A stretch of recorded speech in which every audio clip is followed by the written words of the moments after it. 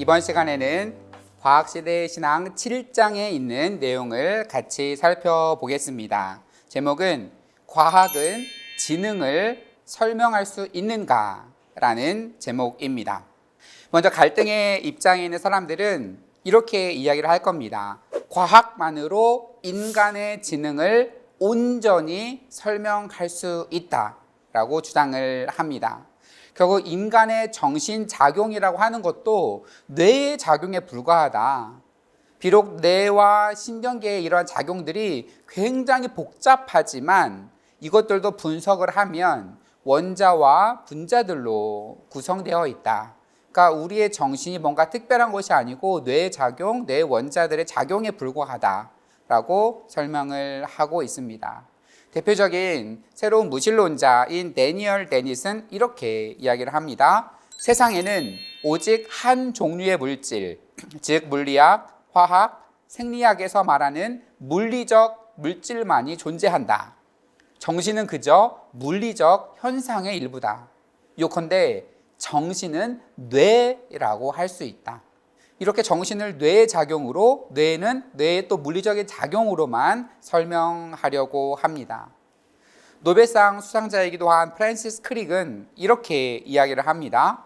여러분의 모든 기쁨과 슬픔, 기억과 야망, 정체성과 자유의지는 사실 신경세포들과 그에 관련된 분자들의 거대한 집약체의 행동에 불과하다. 결국 우리가 느끼는 모든 감정들, 자유의지들 이런 것들도 우리 몸을 구성하고 있는 분자들, 그것의 행동으로 설명하려고 했던 거죠. 그래서 이 프란시스 크릭은 과학적 확실성이 점점 이제 증가하면서 그동안 우리가 미신적으로 생각해왔던 것들을 이제 몰아내게 될 것이라고 보고 있습니다.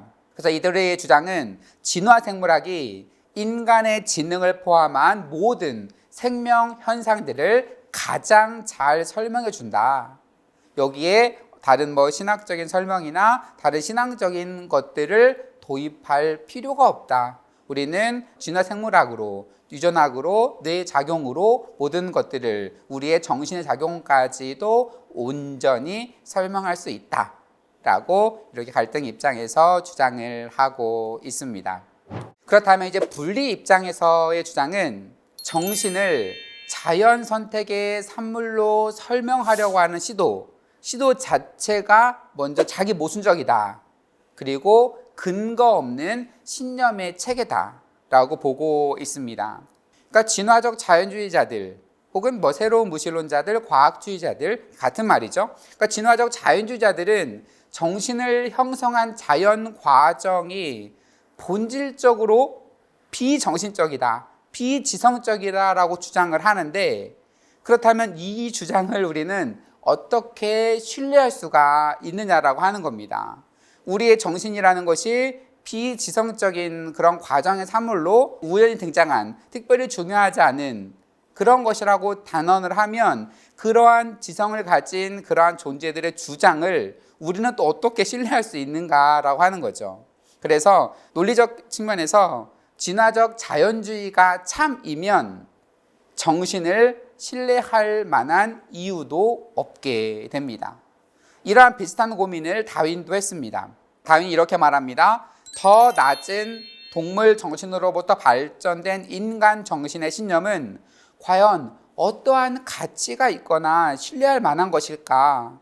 그렇게 발전된 정신에 어떠한 신념이 존재한다면 우리는 원숭이가 가진 정신의 신념도 믿어야 하지 않을까라고 하는 거죠. 결국 우리의 신념이라는 것, 우리의 정신이라는 것도 원숭이와 아니면 그 이전 단계의 다른 동물들과 하나도 다를 바가 없다라고 주장을 하면 그 주장을 우리가 신뢰할 만한 근거가 별로 없는 거죠. 그것을 신뢰한다면 동시에 원숭이의 신념도 다른 동물들의 신념과 정신도 다 받아들여야 되는 그런 자기 모순에 빠지게 되는 거죠. 물론 일부분의 정신활동은 여러 가지 물리적인 생물학적인 원리로 설명할 수 있지만 그것만으로 다 설명할 수 없기 때문에 신학이 보충해 줄 수 있다라고 보고 있습니다. 제가 하나 질문을 드려볼까요? 여러분 이 강의를 들으면서 여러분의 정신은 활동하고 있습니까? 물론 분석을 해보면 여러분의 정신이 활동하고 있음을 물리적인, 신경학적인, 진화적인 용어로 어느 정도 설명은 할 수 있습니다. 그렇지만 여러분의 정신에 어떻게 반응하고 있는지에 대한 이 모든 것들을 설명할 수는 없습니다. 그러니까 우리의 정신이라고 하는 것, 이 강의를 어떻게 이해해 볼까, 받아들여 볼까 하는 모든 정신적인 그런 작용들이 뇌의 작용, 여러 가지 신경학적인 작용들로 일부 분석해 볼 수는 있지만 그 모든 과정을 전적으로 완벽하게 이해할 수는 없다라고 하는 겁니다.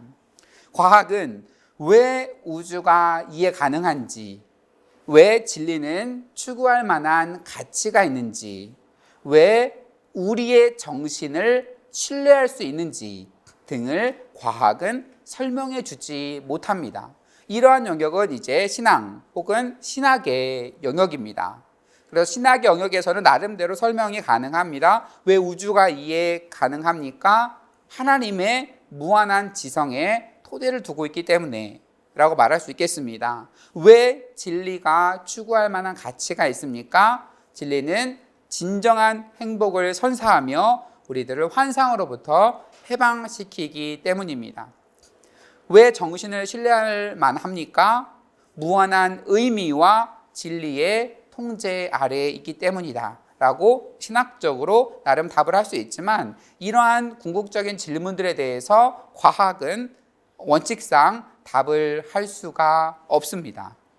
그래서 진화적 자연주의는 인간의 정신을 물질로 환원시키면서 정신을 굉장히 믿을 수 없는 것처럼 만들어 가고 있지만 그 신학적인 세계관은 과학과 충돌하지 않으며 과학과 분리되면서 우리의 인지적인 확신을 정당화해 줄 수 있다라고 봅니다. 그러니까 분리 입장에서는 과학이 인간의 정신을 다룰 수 있는 부분이 한계가 있고 그리고 그것으로 다 다루지 못하는 부분들이 어떻게 신학적인 의미로 설명될 수 있을까를 이렇게 논하고 있다고 볼 수 있겠습니다.